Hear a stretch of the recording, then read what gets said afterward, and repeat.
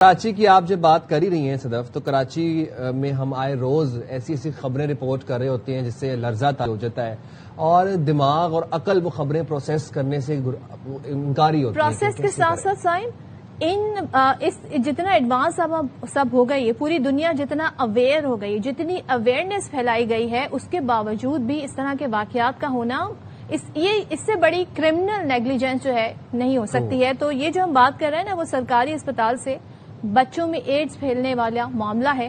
اور کراچی میں ہسپتال ہے ولیکا ہسپتال، اکثر و بیشتر آپ نے اس حوالے سے سٹوریز بھی سنی ہوں گی۔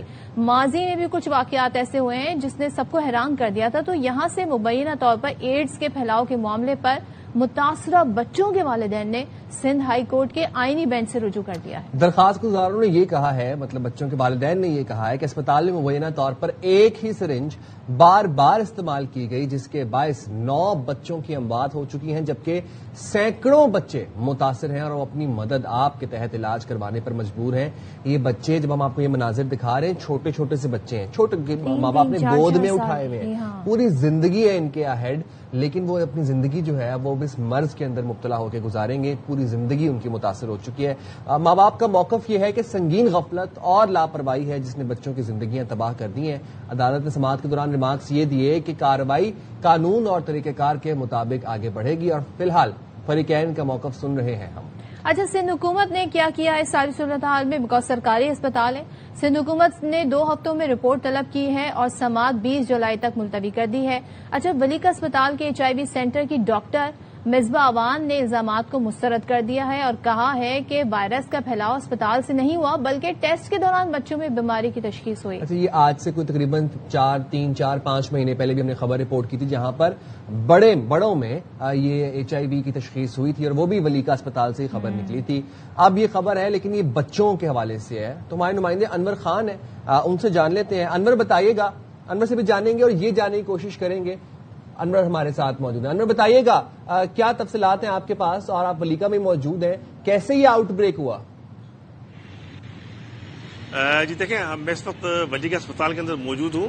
اگر ہم بات کریں گے آؤٹ بریک کی تو ہمیں تھوڑا سا ماضی میں جانا پڑے گا۔ صوبے سندھ کے اندر ایک بڑا آؤٹ بریک ہوا تھا رتو ڈیرو لاڑکانہ میں۔ اگر اس وقت ہم صورتحال کا ادراک کر لیتے، صورتحال کو زیادہ بہتر انداز میں سمجھ لیتے تو صورتحال بآسانی کنٹرول ہو سکتی تھی۔ ولیکا اسپتال کی جب ہم بات کریں گے تو ولیکا اسپتال کے اندر یہ سلسلہ شروع ہوتا ہے ستمبر 2025 سے، اور تاحال یہ سلسلہ جاری ہے۔ اصل وجوہات جو سامنے آتی ہے وہ یہ ہوتی ہے کہ ایک سرنج کا بار بار استعمال، اور اس کے حوالے سے کمیٹی تشکیل دی گئی۔ کمیٹی تشکیل دینے کے بعد جو متعلقہ افراد تھے ان کو معطل کیا گیا، لیکن تاحال اب تک حتمی طور پر اس بات کا تعین نہیں کیا جا سکا ہے کہ حتمی طور پر ذمہ دار کون ہوں گے اور کس طرح کے اوپر یہ آؤٹ بریک آگے بنتا ہے۔ البتہ اس کے اندر 1-2 چیزوں کو ہم کو اور احاطہ کرنا پڑے گا کہ مجموعی طور پر صرف ہم صرف اس کو ولیکا اسپتال تک محدود نہیں کریں گے۔